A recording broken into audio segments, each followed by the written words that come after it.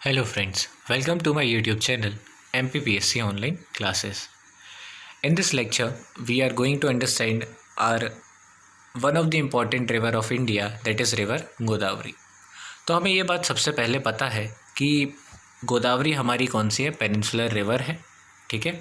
और ये पेनिनसुलर की हमारी लार्जेस्ट रिवर मानी जाती है, जो कि ईस्ट फ्लोइंग रिवर है, ठीक है। इस रिवर के अदर नेम की बात करें तो इस रिवर का अदर नेम आ जाता है हमारा क्या, दक्षिण गंगा, गौतमी और वृद्ध गंगा। दक्षिण गंगा कैसे कि साउथ में गंगा की तरह का दर्जा रखने वाली ये रिवर है, इसलिए इसको दक्षिण गंगा कहा जाता है। गौतमी है और वृद्ध गंगा मतलब कि कंपेयर टू दी गंगा जो हमारी रिवर गोदावरी है वो पुरानी है, इसलिए इसको वृद्ध गंगा भी कहा जाता है।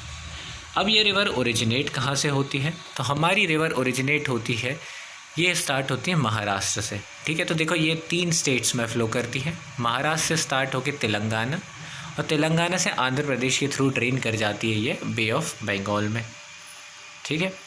ओरिजिन कहाँ से होती है, तो महाराष्ट्र में वेस्टर्न घाट से ओरिजिनेट होती है। मतलब कि अब जो हमें most of the peninsular river मिलेगी, जैसे कृष्णा, कावेरी है ना, और भी छोटी छोटी पेनिनसुलर रिवर मिलेंगी जो कि ईस्ट फ्लोइंग रहेंगी, वो ओरिजिनेट होंगी वेस्टर्न घाट से। तो ये वाली हमारी रिवर भी त्र्यंबकेश्वर, जो कि एक हमारी ज्योतिर्लिंग है नासिक के पास में, वहाँ से ये ओरिजिनेट होती है। अब बात करते हैं तो हमारी ये जो रिवर है ये कैसी रिवर है, ये हमारी रिवर एक है सीजनल रिवर है, ठीक है। मतलब सीज़न बाय सीज़न इसमें पानी आता है, मतलब कि ड्राई रहती है समर सीज़न में और इसका चैनल पूरा भरा रहता है मॉनसून सीज़न में, ठीक है। फिर आगे बात करते हैं तो ये कहाँ कहाँ से इसका बेसिन एक्सटेंड करता है। देखो रिवर कहाँ फ्लो कर रही है उसको हम कैचमेंट एरिया कहते हैं। तो रिवर का कैचमेंट एरिया है महाराष्ट्र, तेलंगाना और आंध्र प्रदेश में, लेकिन बेसिन एरिया मतलब उसकी ट्रिब्यूटरीज कहाँ से आ रही है, वो वाटर का पानी कहाँ तक जा रहा है, तो उन सब चीज़ को कनेक्ट करके हम बोलते हैं बेसिन एरिया, ठीक है।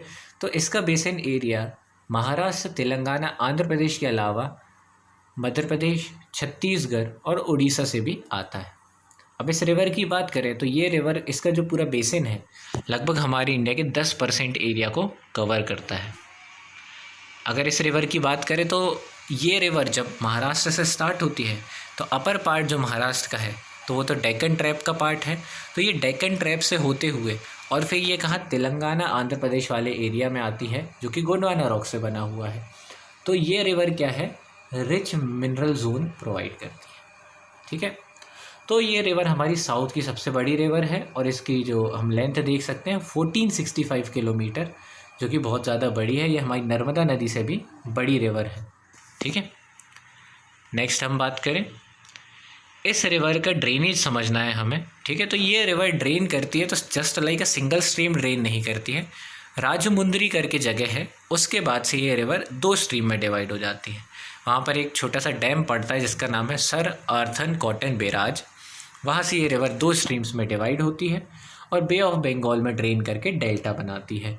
और वहाँ पर डेल्टा बनाती है जो कि बहुत बड़ा डेल्टा होता है, और कृष्णा रिवर जो कि हम नेक्स्ट आगे पढ़ेंगे उसके साथ मिलकर ये बड़ा डेल्टा बनाती है और ये अपनी शोर लाइन को लगभग 120 किलोमीटर तक सी के अंदर तक एक्सटेंड कर देती है। तो ये इसका एक स्पेशल फीचर है इसके ड्रेनेज का।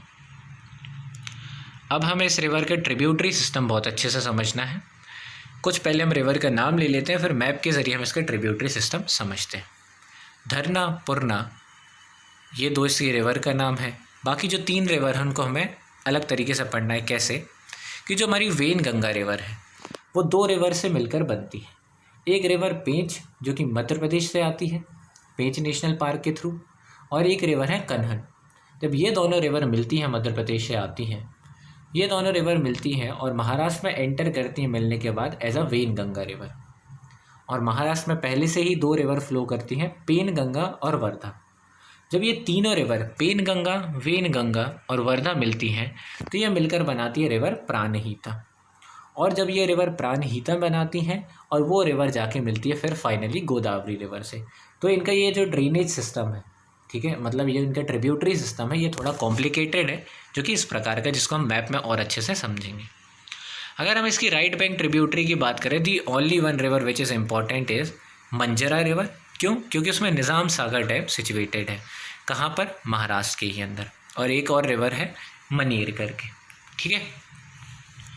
फिर आगे बात करते हैं इस रिवर में मेजर सिटीज़ कौन सी आती है। तो देखो बहुत सारी सिटीज़ के आसपास है मेजर सिटीज़, जैसे जहाँ इसका ओरिजिनेशन होता है, Trimbakeshwar, a jyotirlinga, then Nashik, and another is the Nanded.